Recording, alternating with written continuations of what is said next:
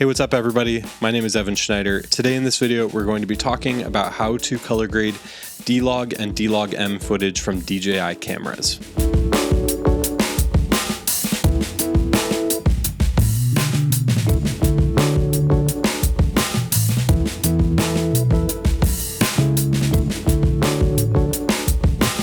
Now, whenever you're color grading log footage from any camera, I recommend using a systematic approach. Now, this means that we're not going to be grading either D-Log or D-LogM from scratch using manual tools, because that, in my opinion, is not necessarily a systematic approach to color grading this footage. While you might be able to get good results on one clip or one shot and dial it in, not only are you going to be spending a ton of time grading different clips and trying to match them to each other, but you're also not technically getting the best results and you're not using the scientifically proper method. So in this video, I'm going to be using multiple techniques. The first method I'm going to show you is using LUTs, both the free ones from DJI's website and then also my conversion LUTs that I sell on my store. And I'm going to show you why my conversion LUTs give you more flexibility and better results than the free ones on DJI's website. And then I'm also going to be showing you how to use color space transforms in DaVinci Resolve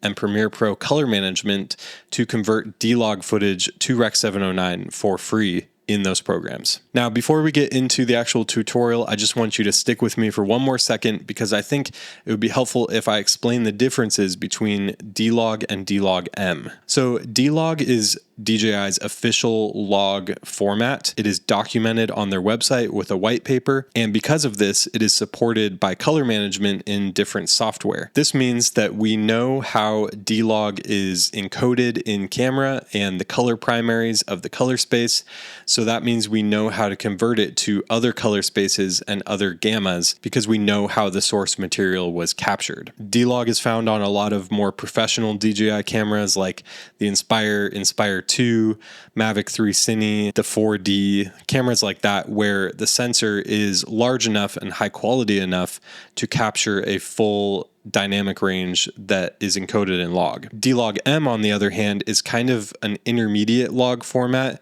and I wouldn't really honestly consider it a true log format because it is not documented and it's not encoding the footage in a full log curve. When you analyze the footage, you realize that it's more of a Rec. 709 format that is a little bit desaturated. We're not even sure what color space D-LogM is recording in.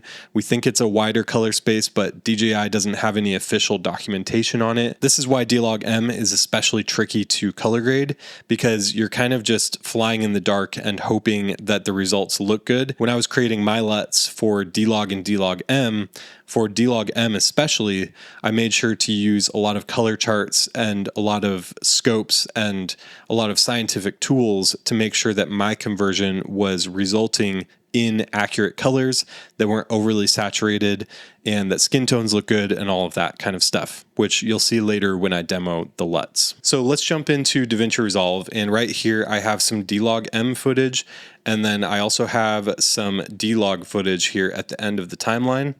And I want to show you kind of how the LUTs work on both types of footage. You'll see that this shot is D-LogM, and you can see on the waveform that it is kind of lower contrast, lower saturation, but like I said, we don't know exactly how to convert it. So if you were to grade this manually, you would kind of just be making arbitrary decisions on what looks good for this shot. So like if you use curves, you would like bring down the shadows, bring up the highlights, maybe go to the primaries, increase the saturation, somewhere like that. And for a basic correction, that might look good. We've increased the contrast and saturation, but if I go and copy this correction to another clip, say this one, and paste it, now we're, starting to clip the highlights. It has a little bit too much contrast, and we're going to have to go back in to our curve and make other adjustments to make sure it looks good. And in my opinion, if you're color grading a whole project, this is not a great way to work because you're going to be wasting a lot of time and you're also going to be getting different results on different clips. and your contrast structure is going to be all over the place. You want something that converts it the same for every shot and something that works for every clip. So I'm going to go ahead and reset these. If you go to Effects and then Color Space Transform, you're not going to find the input color space or gamma of D-LogM. DJI D-Gamma is too wide. It's not what D-LogM uses. It doesn't use Rec 2020. Like I said, we don't know what it uses. And then if you go to Input Gamma, we have DJI D-Log, but we do not have DJI D-LogM. So basically your options, if you can't use color management, are to use a free LUT from DJI or to invest in a LUT that is giving you accurate results and giving you the best look for your footage possible. And I'm going to show you how the D-LogM LUTs work on these clips. So inside my D-LogM LUTs, you can see that we have a base conversion LUT, and then I have multiple different variations of plus and minus contrast, warm, wide dynamic range, and cool. Then I have these creative LUTs, which are basically creative styles that are paired with the conversion. So it gives you a one-click way to get a conversion and a really subtle creative look at the same time. So I'm just going to go ahead and hit the base LUT, and you can see that it's converted it from D-LogM to Rec 709. This is before, and this is after, before, and after. And we can trust that the colors that it's creating in this shot are accurate. From here, we can make any adjustments we want to the image to make it look better. So if I wanted to increase the exposure a bit, I can create a node beforehand by hitting Shift S. And then I'm just going to go to my curves, and I can just bring up the midtones a little bit, maybe like that. And then we're kind of good to go. And the beauty of this is that we can always go back to our LUT and say we want to try a different variation. So we could try the warm one, bring in some warmth, or bring in the cool one, cool it down. If we want more contrast, we could do +1 or +2. Or if we want less, we can do -1 or -2. Or the base. Or if we want to try another creative look, we can go to the creative LUTs. So I can click through Cine, Classic Negative, Clean, Dune, Everyday, Highlight Boost, Lectar. This is Sensei, Steel, Teal and Orange, Terra, Vivid, and Warmth. So out of all those, I really like the Everyday LUT. I feel like it just gives it a really happy feel, really nice contrast, good saturation. And you can see that now we've converted it from D-LogM to Rec 709. We have a creative look built into that. And we've also applied a bit of a curve in front of it to bring up the midtones a little bit and add some nice contrast. I hope you can see as I'm using these, you can tell how much creative freedom it gives you. And it completely takes the pressure off of you for getting the technical aspect correct, and it just allows you to simply play with the image and make it look nice. If we want to go to our next clip, this one I really like the creative warmth, but you can also try out the base, see what that looks like, and we can play through and see what it looks like across the board. You can see that this LUT, unlike when we did our curves, is saving the highlights. They're not getting blown out, and it's keeping the shadows in check as well.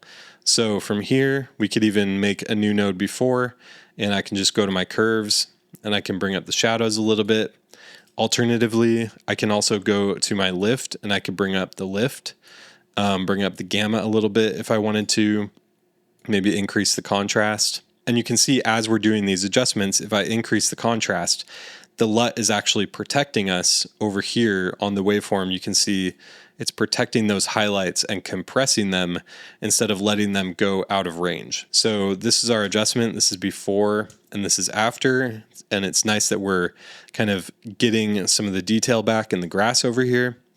And then this is the base LUT. We can try the warm one, or we can go for the creative warmth, which is a really strong look that I really love. And now, if we play it back, we can see we have really clean results. We have a creative look. We've converted the D-LogM, and we've done some adjustments beforehand to make it look really nice. Let's go ahead and flip through the rest of the shots and see what we can get. I'm just going to do the base LUT right here for D-LogM. That looks pretty nice. We've got this shot. We can do base, which looks really nice. Or we can do maybe Sensei, which is one of my favorites. I love the cool tones and the tone curve built into Sensei. That one looks pretty incredible. We'll go to the next one. Maybe we can do Terra for this one. It's a nice kind of vintagey warm look. I'll make a new node before and maybe just decrease the contrast a little bit to bring up the shadows. There we go. We've got the water there. That one looks really nice, really clean. And then Skogafoss. Let's see. Let's try teal and orange. This one is really cool because it pushes it into a really nice teal and orange kind of contrasting colors. We can make a node before and maybe bring the gamma, cool it down. And then I'm going to go to my curves and I'm just going to bring down the exposure a tiny bit. So that's before and that's after.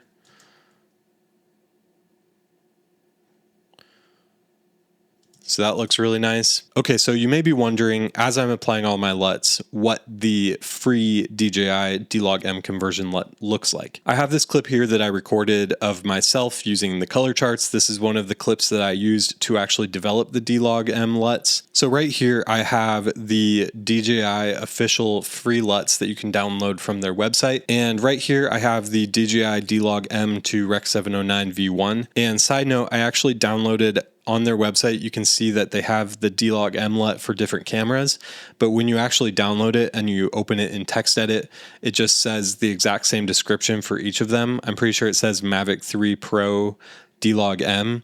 So they've basically just retitled the same LUT, and I'm pretty sure it's the same one for any camera that you download D-LogM for. But we're going to go ahead and apply this D-LogM LUT to the footage. And you can see instantly that it has converted from D-LogM to Rec 709, but in the process, it's really made skin tones look very red and saturated and a little bit overly kind of intense. And yes, my face is a little bit red, but this is very overpowering and it's something that you're constantly going to have to correct in your footage. So if you're shooting in D-LogM and you're using the official LUT, you're going to be constantly fixing this. And also the tone curve doesn't look especially smooth and not the best starting point for your footage. So I'm going to go ahead and create a new version on this clip, and I'm going to go back to my LUTCo DJI D-LogM LUTs, and I'm going to apply the LUTCo D-LogM conversion LUT. And you can see here that this one has much more accurate skin tones. It's not overpowering in the skin tones, and it's leaving more room in the contrast, in the shadows, in the saturation to make my own adjustments if I want to. And if I flip back and forth between this is the DJI official D-LogM LUT, and then this is the LUTCo D-LogM LUT, you can see that my LUT is giving you a much more neutral starting point. The difference is pretty big. On drone shots of landscapes, you're not really going to notice it as much, but you want a LUT that you can trust that's going to give you accurate tones across the board. And while we're here, I'll go ahead and flip through some of the other variations. So we've got the regular conversion LUT, then we've got warm, we've got cool, we've got +1 contrast, +2 contrast, -1, -2, and then this is just the normal conversion LUT. And then I can go through the creative looks. So we've got cine, we've got classic negative, we've got clean, we've got dune, we've got everyday, highlight boost, lectar, sensei, steel, teal orange, terra, vivid, and warmth. And you can see that I'm just clicking through these. I'm not creating new nodes. I'm just, fully in the creative mode. I'm a little bit biased because I am selling the LUTs, but if you're investing in a drone and if you want your footage to look the best, you buy a lot of other accessories for your drone like ND filters, batteries, everything like that. But this is one of the most important investments you can make in your drone because you want the image to look the best it possibly can, and you want the flexibility in post. This works on other cameras like the Action 5, works on the Osmo Pocket 3, all of that kind of stuff. It's not just DJI drones, it's DJI cameras that shoot in D-LogM. I also just wanted to show you a quick test I did with the color charts. I shot in D-LogM, D-Log, and in the standard profile, and I was shocked at how terrible the standard profile looks. So this is standard, which just has an excessive amount of contrast, excessive amount of saturation. If you're between shooting in D-LogM or standard, I would always shoot in D-LogM, even though it's a little bit trickier to grade. You're going to get way better results than shooting in the standard profile. This is D-LogM, so we have standard, and then this is D-LogM, and then if we apply our conversion LUT, we have this. This is D-LogM corrected using my LUT, and then this is standard. So the difference is just massive. Okay, so now I just want to show you how to color grade D-Log footage, and it's pretty similar workflow to D-LogM, but you have another option, which is using color management in both DaVinci Resolve and Premiere Pro. Now, I'm a big proponent of node level color management. If you don't know about that, just don't worry about it at all. But basically, if you want to do color management, you can go to Effects and then click on Color Space Transform, drag that on top. My project is set to DaVinci YRGB. My timeline color space is Rec. 709 Gamma 2.4, and I'm outputting the same as my timeline. And I'm going to set my input color space to DJI D-Gamut, and my input gamma I'm going to set to DJI D-Log. And my output color space is use timeline, which is Rec. 709 Gamma 2.4. Gamma is the same as that. Tone mapping we can leave at DaVinci, and all this other stuff, don't worry about. You can just leave it as is. And you can see that we've converted the DJI footage from D-Log to Rec. 709. It's very easy, and we're using the color space transform in DaVinci Resolve. I'm going to make a new version. I'm going to reset that, and then I'm going to go to my D-Log to Rec. 709 LUTs, and I'm going to go to the just regular conversion. So here we have D-Log to Rec. 709 LUT. So this is before and this is after.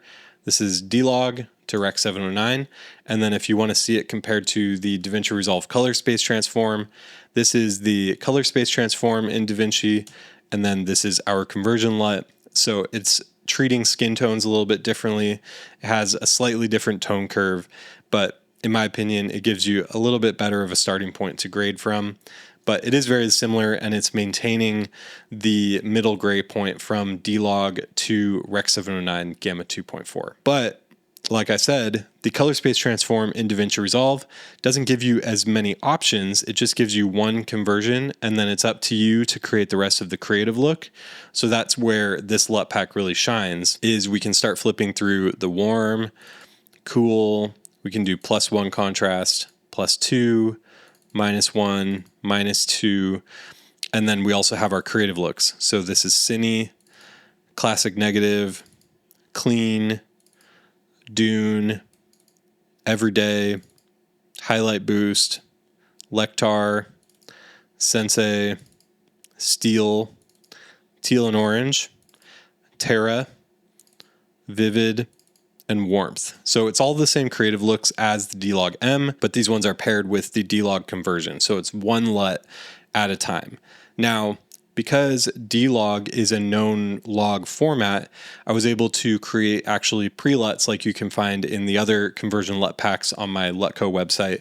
So the pre-LUTs are really useful for just making basic corrections that mimic in-camera adjustments that you would make. So I'm just going to go back to the regular conversion LUT. And then in DaVinci, I'm going to create a new node before by hitting Shift S.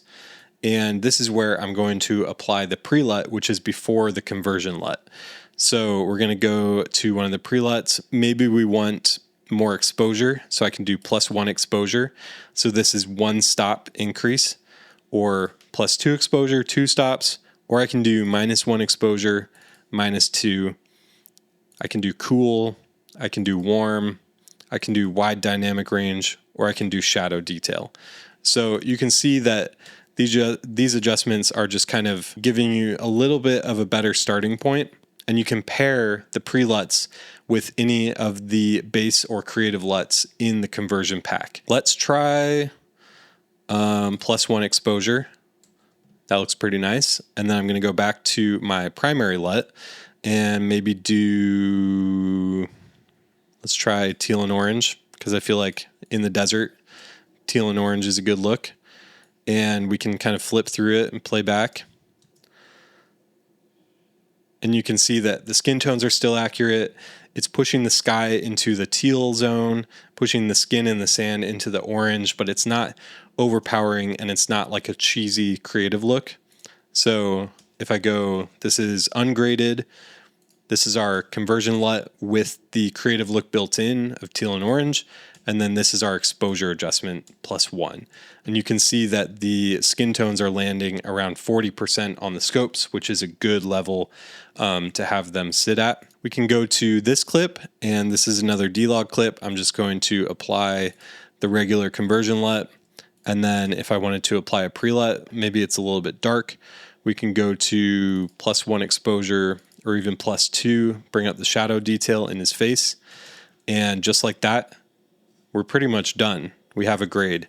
If we wanted to try out a creative look, we can try that on here. Maybe classic neg. That one looks really nice.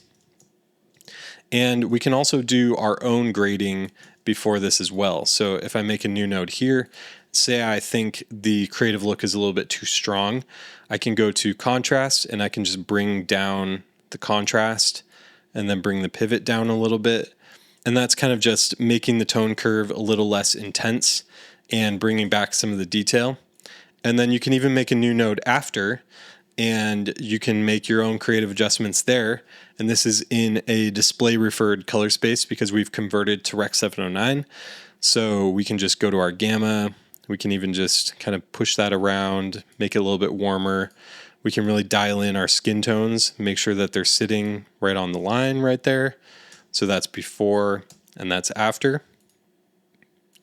And now we have a really nice image. So this is ungraded.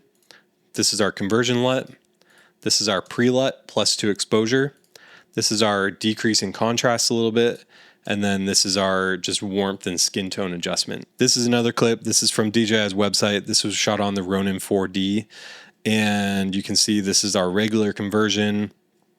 Say we want to bring the exposure up a little bit, we can just go down to the pre-LUT again, +1 exposure, super easy.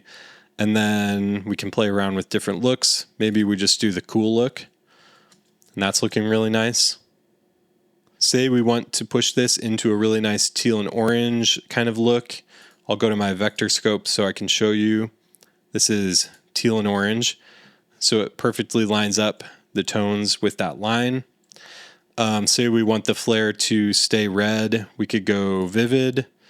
We could even go steel, Lectar, everyday. Dune is an interesting kind of intense look. Classic neg. Cine is really nice. And then we can make our own adjustments after it. So we can make a new node here. Say we want to cool it down a little bit and push it a little more blue. We can do that. We can even dial in the flare using our curves. Go to hue versus hue. Create a point on red. We can dial in the flare color right there. The possibilities are endless with this. One last shot here, we have a really nice landscape. We can go to our base conversion, and that gives us a really nice starting point right off the bat.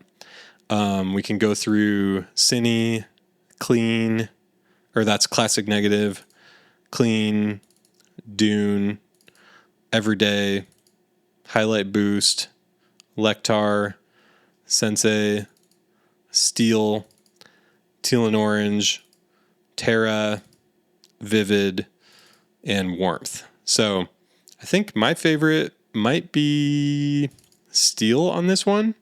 Just brings out those green tones really well. Like I said, if the look is a little bit too strong, we can always go to our primaries and we can just decrease the contrast a little bit, bring back those details. I'll show you on the waveform what that's doing. So before and after. We could even make a new node and just do a little bit of a curves adjustment to bring the exposure down in the highlights like this a little bit.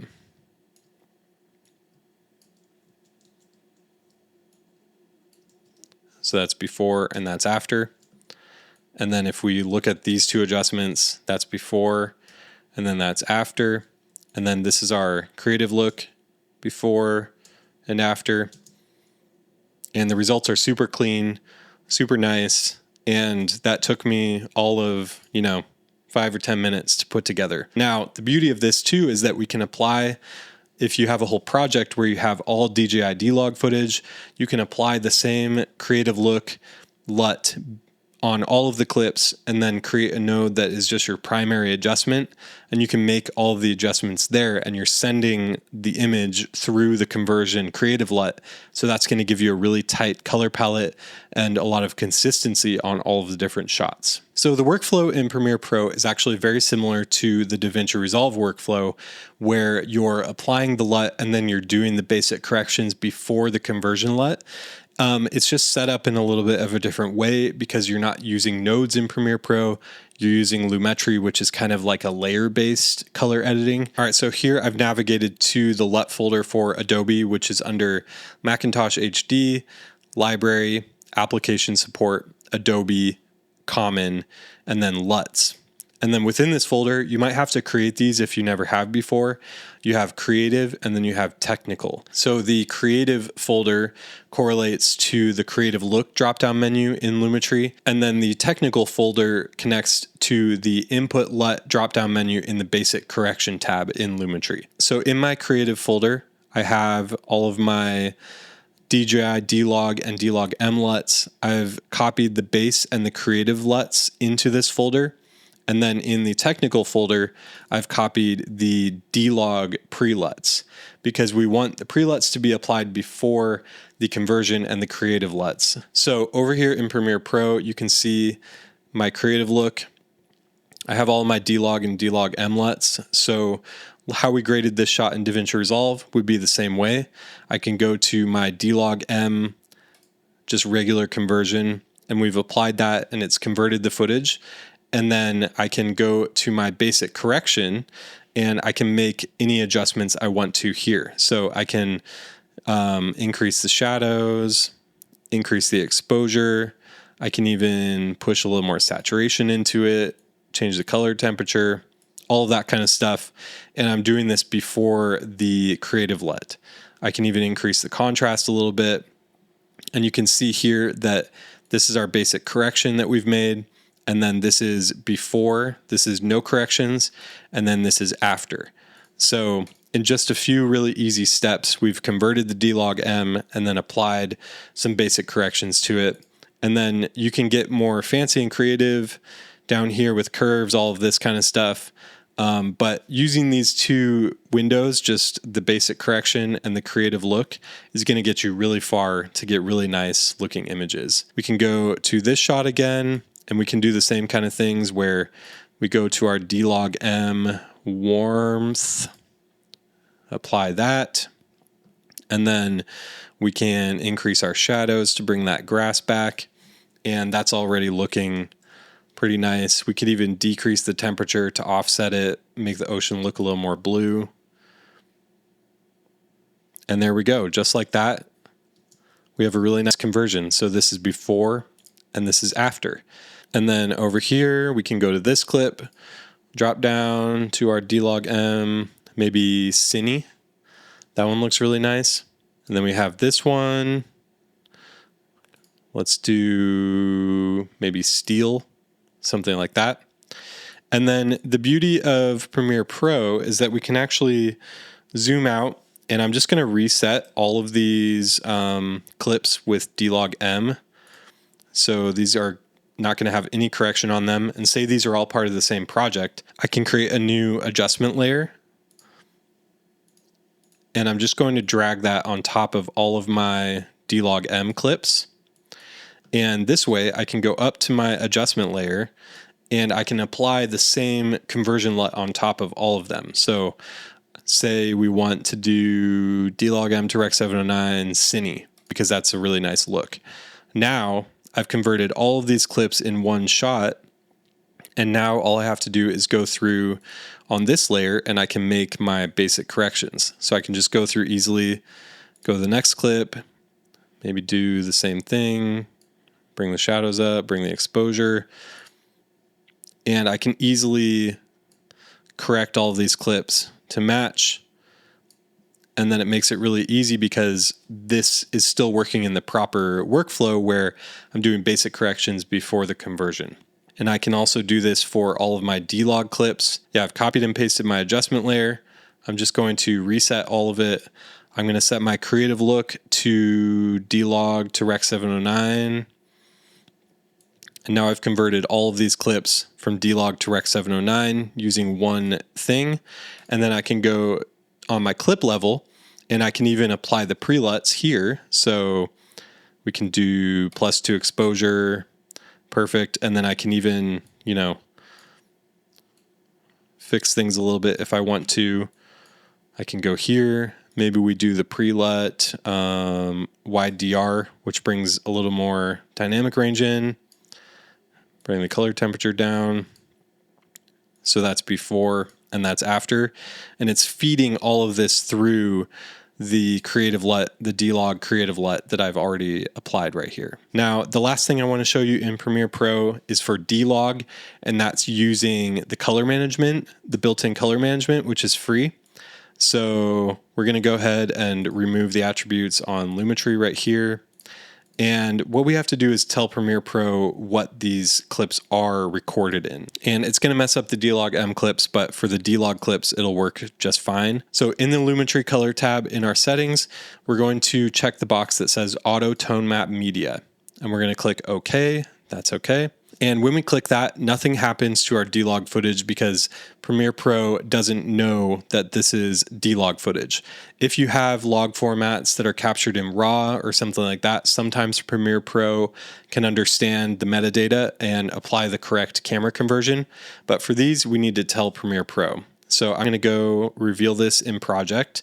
And you can do this when you import it, and it makes it a lot easier. I'm going to right click on my clip, and I'm going to go to Modify, and then color. And then right here, I'm going to override the media color space. And right here, you can see that I have DJI D-Log and D-Gamut. So I'm just going to click that and then press OK. And now you can see that it's auto tone mapping the media from DJI D-LogM to Rec 709. Okay, so now we have tone mapped all of the media from DJI D-Log D-Gamut to Rec 709. Using our Premiere Pro color management. And you'll see that this is actually giving different results from DaVinci Resolve color management, and it's giving different results from our LUTs. And that's because DaVinci Resolve color management is using different algorithms, a different method to tone map the media and get it to a working color space. And I would say that DaVinci Resolve color management is rock solid. It's very reliable, very easy to use. Premiere Pro is just getting into color management. It's not as good, and you're going to get different results using it, but it is a really nice free way to do it. The one thing about Lumetri auto color management is I'm not sure which order of operations it's using to do the corrections. So that's why it's always good to use LUTs in Premiere Pro, because you know the order of operations is correct and proper, and you're going to get the best image possible. If you are using the official DJI free D-Log to Rec 709 or D-LogM to Rec 709 LUTs, you can just use those in Premiere the same way that I showed you with my own LUTs. You would apply the conversion LUT in the Creative Look drop-down menu and then do your basic corrections before the LUT, viewing it through the LUT, so that you can get the best results. So that's a ton of information. And hopefully, if you've stuck around this far, you have a better understanding of what D-Log is, what D-LogM is. And like I said, my D-Log and D-LogM LUTs are developed with color accuracy in mind, and I've kind of mixed the scientific aspect of a LUT to get accurate colors with just the human perception aspect to get the best looking image possible. And I think with those and with the creative looks and with the pre-LUTs, you're getting a pack which is kind of a toolkit for working with D-Log and D-LogM footage. So hopefully you can see the benefit of those over using the free DJI LUTs. You're going to get better results, and it's going to be a lot more fun to work with. You'll have a lot more creative freedom using my LUTs. So if you're interested in those LUTs, I sell them at my website, LUTcompany.com. You can also find conversion LUTs for other cameras on there, as well as a Super 8 emulation called Fake 8 Film Lab. So definitely check out LUTcompany.com to see if there's any products that you're interested in. Let me know if you have any questions in the comments. I try to answer as many questions as possible. And thank you so much for watching this video. I will see you in the next one.